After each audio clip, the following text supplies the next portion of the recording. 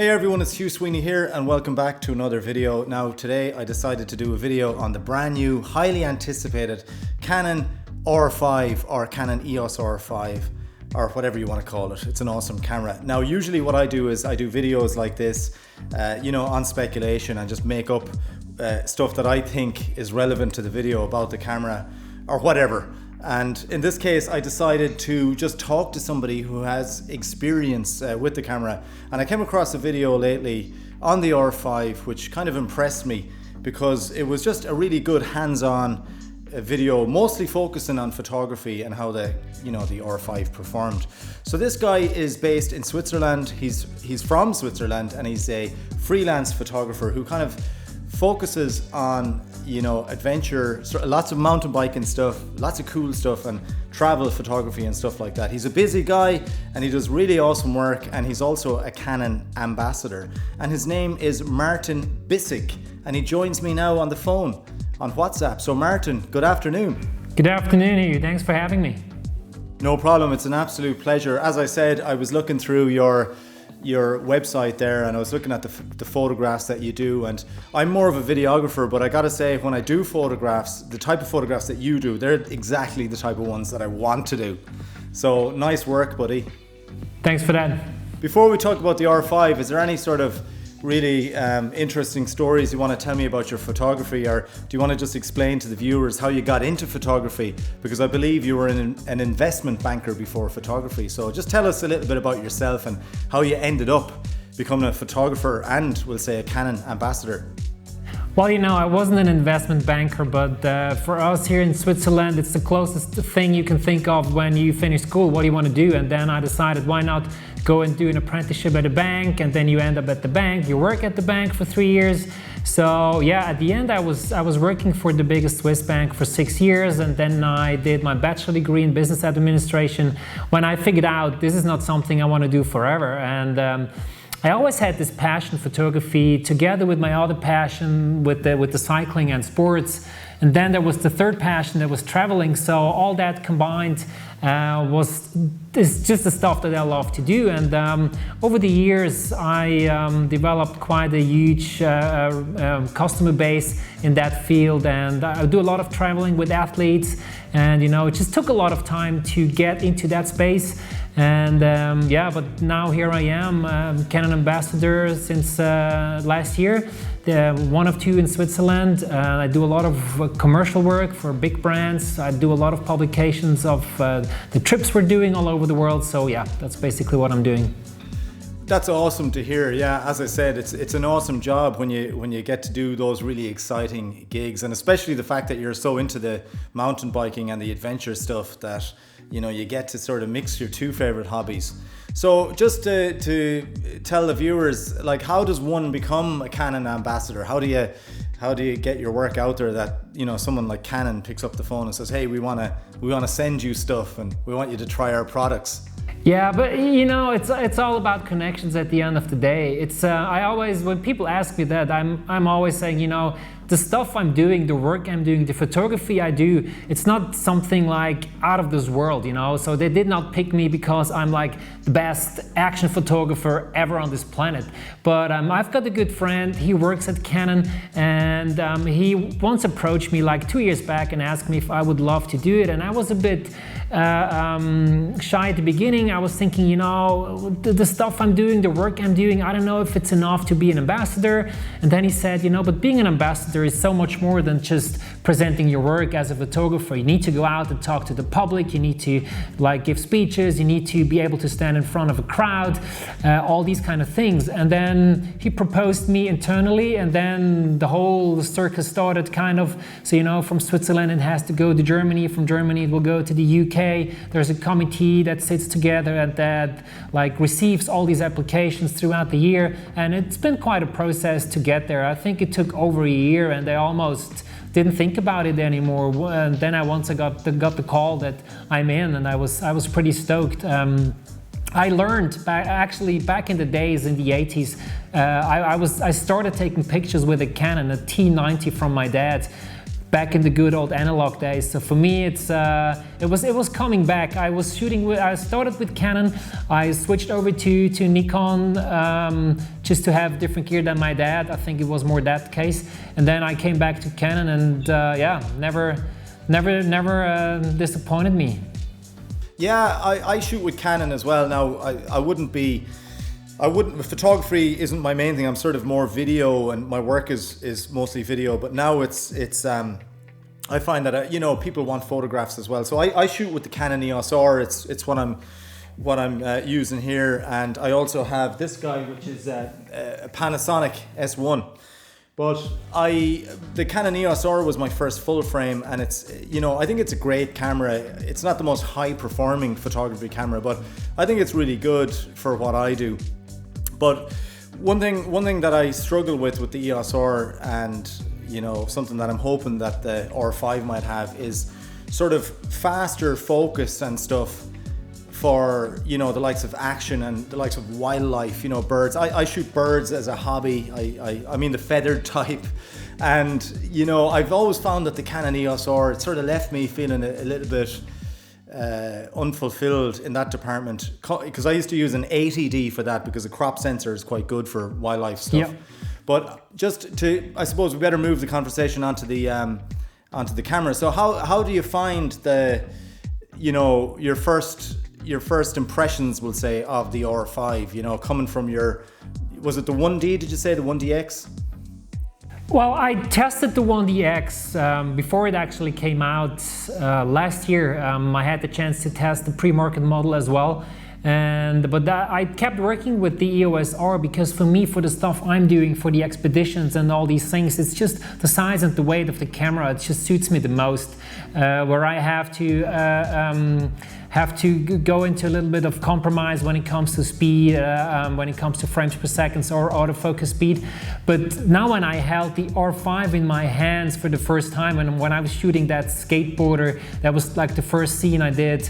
Oh my God! It's almost not fair to compare these two cameras, because even though it's just 2 years in between, and even though these are both like mirrorless cameras, and the R5 is kind of the successor of the EosR, it's not fair to compare these two cameras. The EOS R5, it's more like a 1DX Mark III squeezed into a tiny little body, and plus some extra features. So the first time I was shooting with the camera, I was like, oh my God, I don't want to give it back to you, Canon. I just want to keep it, but I had to send it back. Yeah, because you've the EosR, I think I was watching a Jared Poland video recently, Frono's photo, and he was saying that the EosR was a stopgap, So we always knew that when the EosR came out, that there was something bigger on the way. But Canon, up until now, they were known for kind of leaving their cameras with a lot of sort of features that were less competitive than some of the brands like Panasonic and Sony. They didn't have the image stabilization, and they didn't have certain high-speed frame rates. I know I'm speaking more from video, but a lot of people were always kind of like frustrated with Canon for not having, not being up to speed with the camera. Yet at the same time, everybody started using the EosR for YouTube and stuff, and it, even though it was criticized when it came out, it became incredibly popular. And a lot of the really successful YouTube videographers, these guys like Matty from Travel Fields and Potato Jet, all these guys, the highest end YouTube videographers, they started using the EosR. So, a lot because of the autofocus and the fact that it, it's got Canon colors and stuff. But so I think like the R5, it's a huge jump, isn't it, from the EosR? And, with what you said about the autofocus, like the improvements in the autofocus, that's really, for me, it's highly welcomed. So sorry, I know I'm going off on different tangents here. So I just want to say to you, a question I want to ask you is, you mentioned in your video you ran about the shutter, and I saw that you photographed a motocross bike jumping across a gap, and you positioned the poppies, and it was beautifully done. But you did it with mechanical shutter, not mechanical shutter. You did it with electronic shutter.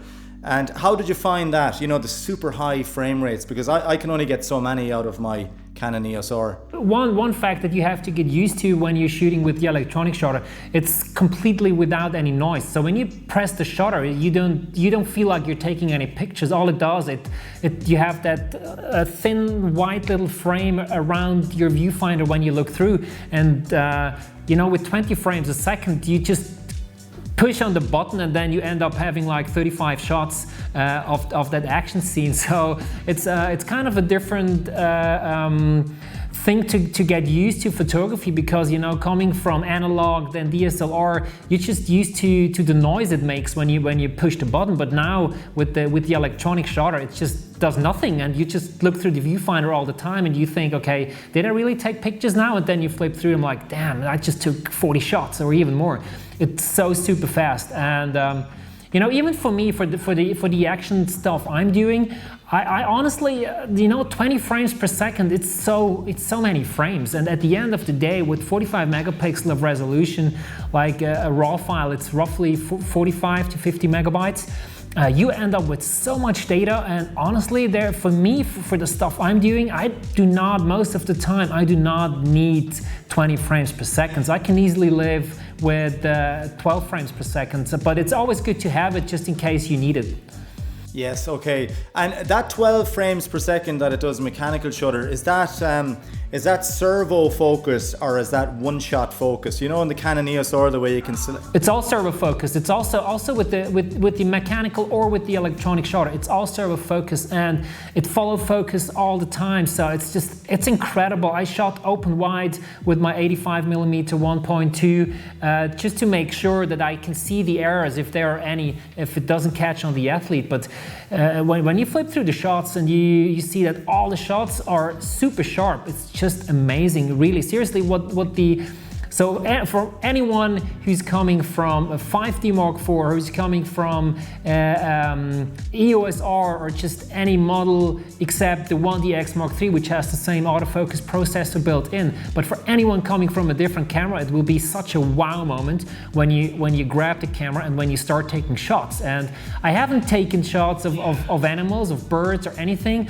but what I've seen of the other ambassadors, it must be incredible as well with the focus, with the autofocus catches on the birds and stuff. So yeah, it's crazy.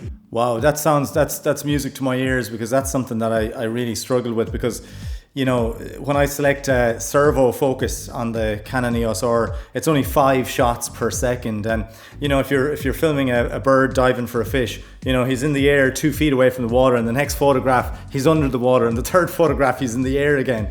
So it's not quick enough for that. And even with back button focus, when you take your finger off the focus on the back and you're just pressing the shutter, you would think that because it's not focusing then that it would do it faster, but it doesn't. It still only does it at 5, so it's a bit too slow. So that's kind of one of the reasons that I really want the camera.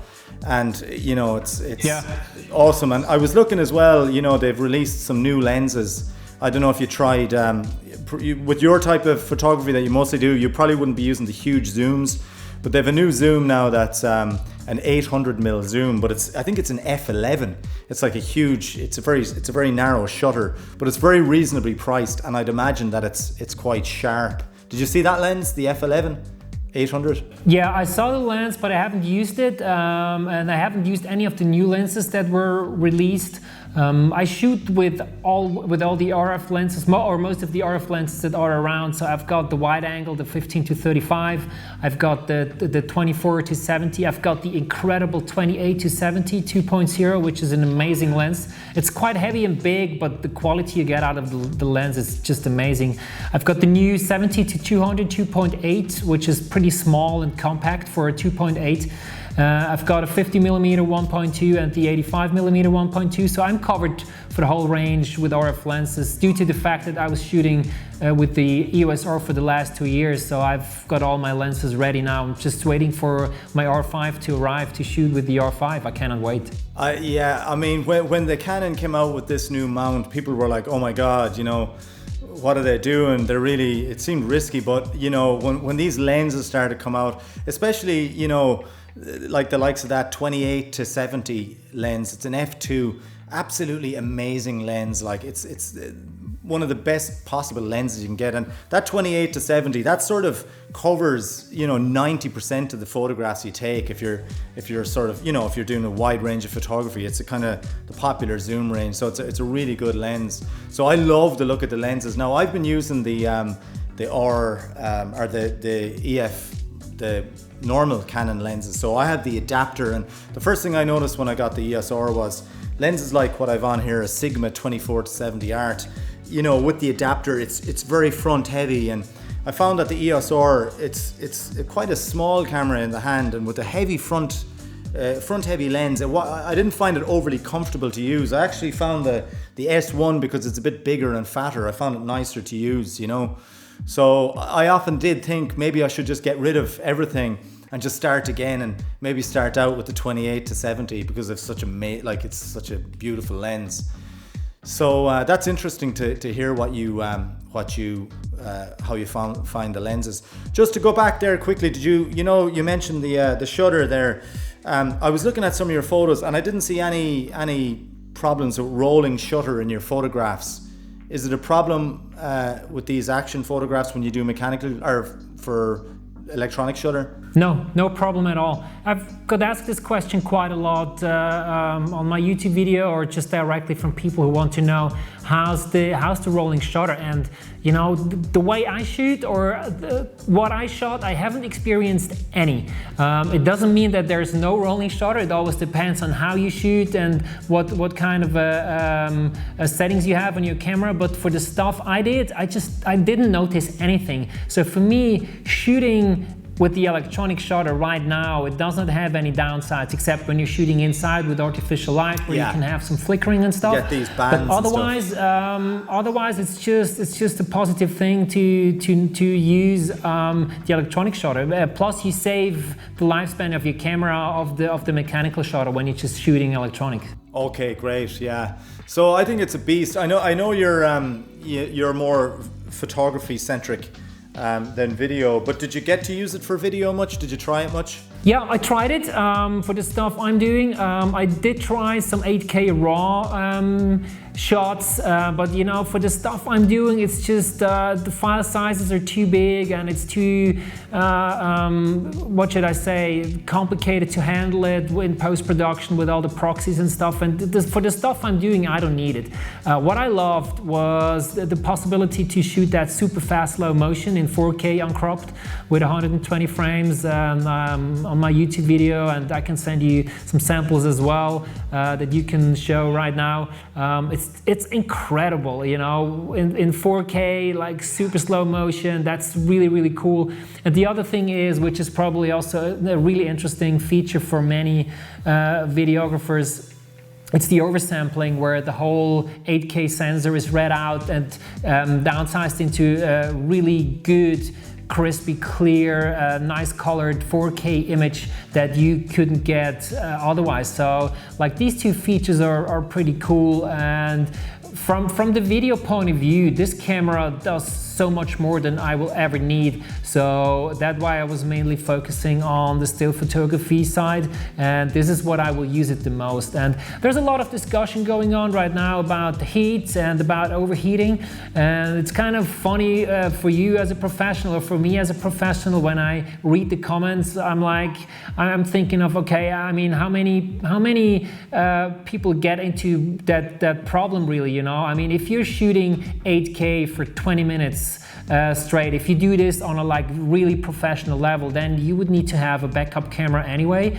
It's just we need to keep in mind that the R5, it's a photography camera, a still camera with really great video functionality, but it's not supposed to be like a professional great video camera for the most professional users out there. This is my view as a still photographer. So therefore, I get asked that quite a lot about the overheating, and yes, I did experience that as well when I was shooting the whole day in 8K or 4K and 120 frames, or when I did a lot of sessions with 45 megapixels shooting 20 frames per second, then switching over to video again. So when a lot of data is needed, then but you know, I was just doing this for testing in a real life situation. I probably, most likely, 99% of the time will never run into that problem, because you know, you record a video, you do a take, then you need to redo it again, and I won't shoot 20 minutes straight 8K raw, besides the file size and everything. So yeah, it's an awesome still camera with video functionality, and this is what it's supposed to be looked at, I think. You see, most people actually kind of know what people want, and they actually, that's what they want. They want a small compact camera that they can get really practice beautiful cinematography with, that can do the high frame rates. And people aren't actually, a lot of users aren't looking for a big production camera, with XLR mic inputs and built-in ND filters. They would rather a small compact unit like the R5, even at the price of it overheating, because most people that shoot with these cameras and that are into the art of filmmaking, they're usually doing short takes, and I'm like that myself. Now there are times when I need to do a long take on something, shoot something, but I'm always going to shoot that in HD or on a lower setting. And I can honestly say from using the EosR that because it crops in the 4K, I find that I use HD. I went back to full HD a lot, particularly with these videos, because I was just killing myself with 4K.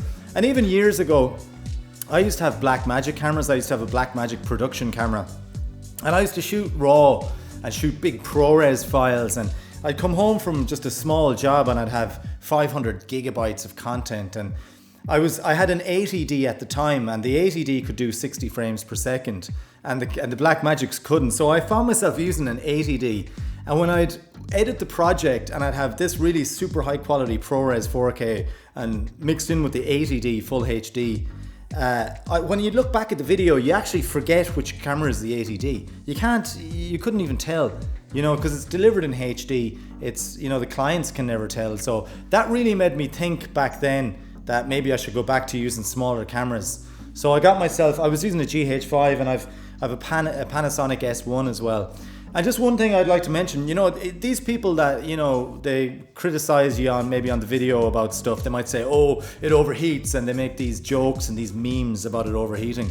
A lot of these users, it's as if they think that you only use one camera. But whereas I like having different types of cameras, I use the Panasonic in low light, I'll use the Canon when I want really good autofocus and stuff. So, I think a lot of people that get this, they might have another camera as well, for video. You don't need to shoot everything on this camera, Exactly. Plus, if you're doing a production where you need to deliver 8K or where you want to shoot 8K, you would need to bring a backup camera anyway, if it's such a huge project. So, and that could solve some of the problems as well. But hey, at the end of the day, it's always a personal preference. If some people feel that they need to shoot 8K for an hour straight, then definitely the R5 is not the perfect camera for you. But I would say for most of the users, and even professional users as you and me, the R5 will be an excellent tool that has so much to offer in such a small compact form that it will be good enough for the next couple of years. Absolutely. I mean, it's so future-proofed. It's actually crazy. And as I said, the jump that Canon have done, they've just hit the ball out of the park, really. Because, a lot of people, as I said, wanted more from the Canon EosR, and now Canon have just done everything. I suppose if I was to criticize Anton on the camera, other than the heat, having been someone that uses a Atomos recorder, I use an Atomos Ninja, and it works beautifully with the EosR, but the micro HDMI out, that could be problematic, because it's a very delicate connection. So that's something that I wish maybe Canon had changed, maybe made a little bit more robust. But I suppose you being an ambassador, you can't really criticize the camera. But is there anything you would change if they were to bring out a new version or anything? Yeah, you know, I'm an ambassador, but at the end of the day, I'm a photographer. So I get my money from the jobs I'm doing. So I need to make sure, and people tend to forget, you know, the thing is, as soon as I say I'm an ambassador, they think I'm a Canon salesperson, which I'm not. I'm totally independent. I can say whatever I want.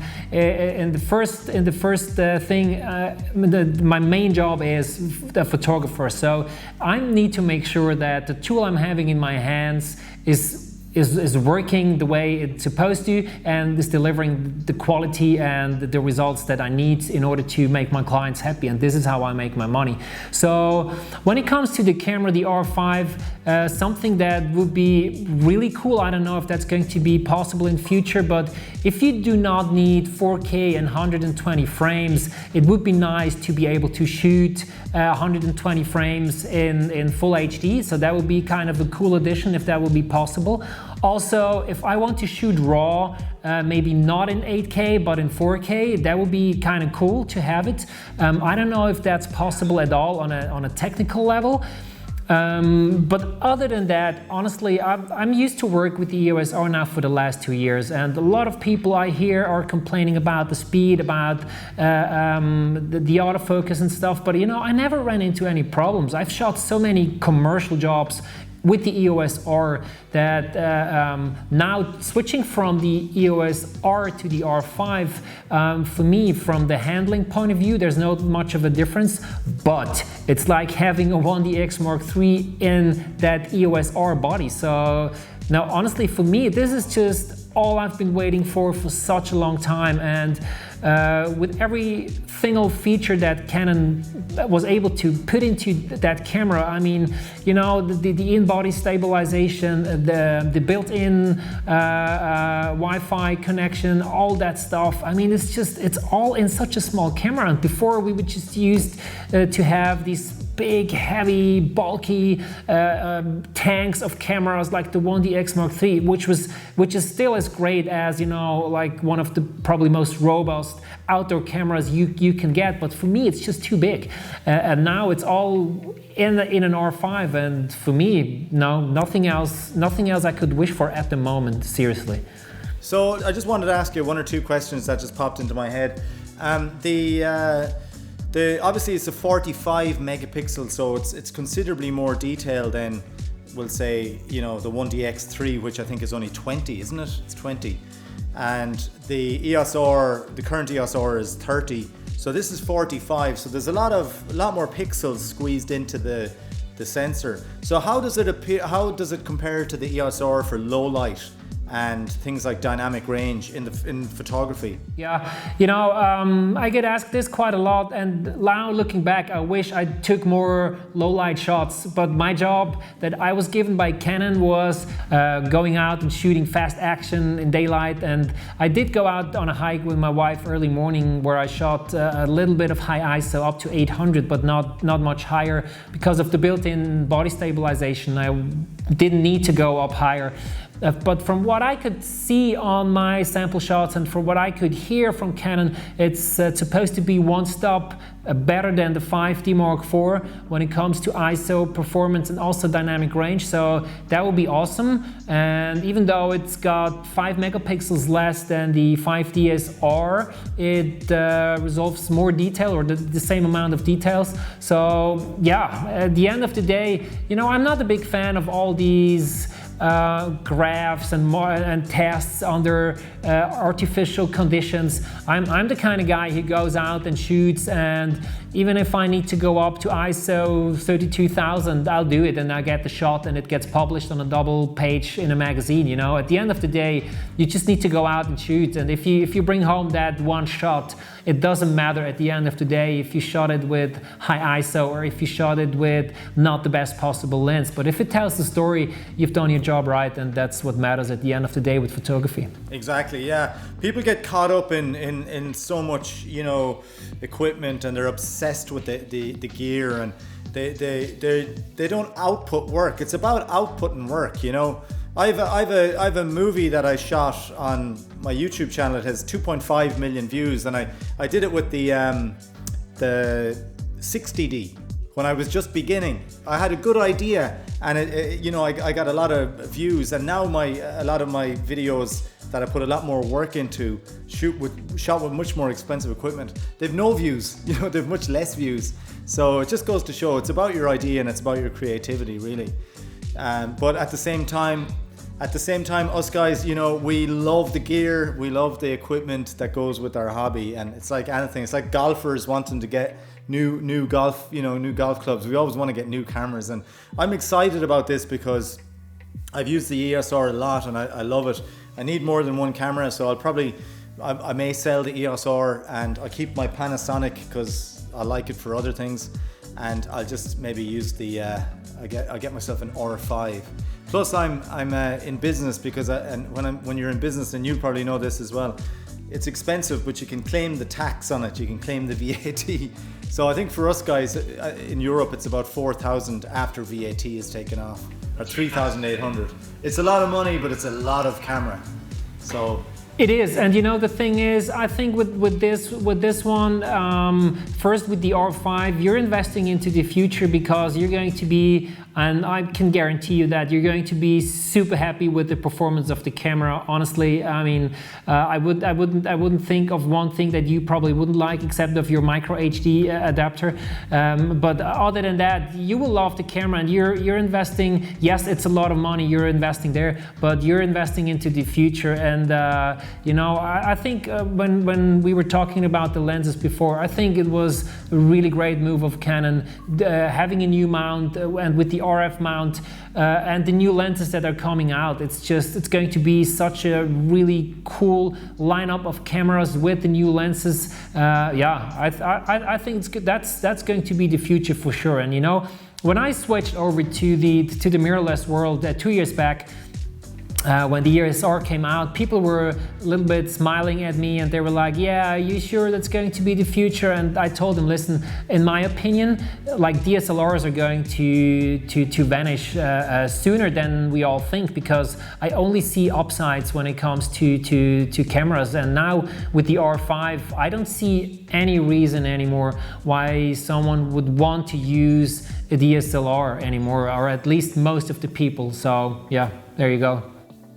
So before we wrap up, you spoke about having a backup camera, and I think any photographer worth their salt, anytime they go on a job, they have more than 2 cameras. So what are you going to use when you get the EOS R5? Are you going to use the current EosR, or are you going to get an R6 as your backup camera? Yeah, well, honestly, I don't think about an R6. I would love to have 2 R5s, which probably isn't possible because they're just too expensive to have 2 of them. I've got 2 EosRs right now, so most likely what I'm going to do, I will sell one of the EosRs that I'm having right now, and I will just have another EosR as my backup camera. I was using it for the last 2 years. It will be good enough for the next couple of months at least, and then we will see. But for sure, the R5 is going to be my main camera, and hopefully I won't need a backup camera in future. Yeah, because I think, photography is your main thing.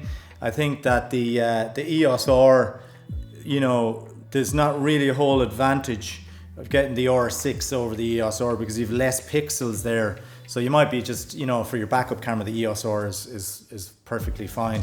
So it's faster, but for most of the stuff I'm doing, especially for the commercial work, I would rather compromise on the speed than on the resolution, and having 10 megapixels more for my clients, it's probably what they rather want than have additional frames. Yes, absolutely, yeah. Particularly with a lot of your photography where you're doing mountain bike stuff, or you're doing adventure stuff, where you're actually getting the chance to set up the shot.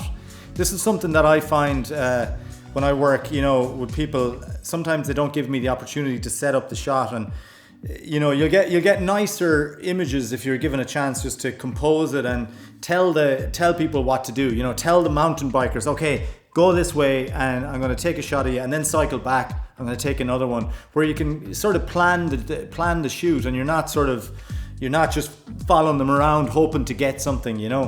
So this is exactly the way I think work, you know, and this is what's the big difference between myself and other sports photographers that cover tennis, soccer, football, you know, whatever it is. You don't know where these people are going or running or chasing the ball after. What I'm doing, I'm working with people I know. I can tell them as many times as I like they should do it again. They should be more on this side or on that side, and therefore, you know, I've been doing great with the EOS R, but now with the R5, it just gives me a lot more creative freedom when it comes to shooting open wide when I need to track the athlete properly. That was something that was not the easiest task before with the EOS R. Yeah, I think I totally agree with you there. And just to go back to what you said, the style of work you do, I love that as well. You know, where you're not following someone around, you're not doing the sports thing and having to email the images straight away to get them to newspapers. You can just take your time and focus on creating beautiful images. And in Ireland here, we have our tourism board. We have some various tourist locations. There's a tourist. It's a trail that goes from the north of Ireland all along the west coast, and it's called the Wild Atlantic Way, and it's really nice. And I recently had to do some photography and videography for different locations, and I had mountain bikers and stuff, and I used some off-camera flash just for a few shots, but I was able to just get them to do what I wanted. And I don't do much of that type of work, but I really enjoyed it, and I felt that I was actually doing better work than the photography that I often get asked to do, where I have to follow people and stuff. I felt that it suited me more. So having seen your stuff now, it's kind of inspiring me to kind of go after that type of work more. So well done there, you know. Yeah, cool, thanks. Okay, so listen, I appreciate the time. You've put nearly an hour into this, and you know, you're a busy guy, and I can say that to you. You mentioned earlier on to me before we recorded that you don't have a whole lot of time for YouTube. I will link your video, but I was gonna plug your YouTube channel, but I do suggest people subscribe to you. But you were saying that YouTube isn't your number one thing. It's probably Instagram is probably your big thing, is it? And your website? Yeah, but you know, it's always I do not have enough time to have so many projects that I need to upload on my website. It's super old, and also the shots, I need to redo that, and I'm really lazy when it comes to Instagram. Like, I just wanted to post once a week, but then it's more like once a month maybe. So I've been pretty lazy when it comes to this, mainly because I'm busy doing all my work. And usually when you see a photographer not posting much, it's probably because he's busy doing his real work, as I would say. You know, taking pictures for clients or going out on trips, and this is what I love to do the most. The other things are just a nice add-on, but I am, and I always will be, more a photographer than I am a YouTuber or an Instagrammer. Well, that's totally understandable. You know, stick to what you enjoy best and what brings in the money as well. That's very important. But I will say that the video you did on the R5 with the samples and all that, it was very enjoyable, and I really liked it, and I thought you were very good at it as well. So if you did ever have time to do more YouTube, particularly on camera gear, I think that it might pay off for you. But for now, you know, best to stick to the photos, I guess. And Martin Bissig, am I pronouncing that right? Yeah, that was right. Perfectly fine. Martin Bissig. So thank you so much for spending the time with us today, and check out Martin Bissig on YouTube, Instagram and Facebook and all that, on your website as well. So I'll leave the links below. So thanks, Martin, and all the best. Awesome, thank you very much for having me. It was a pleasure. Have a good time.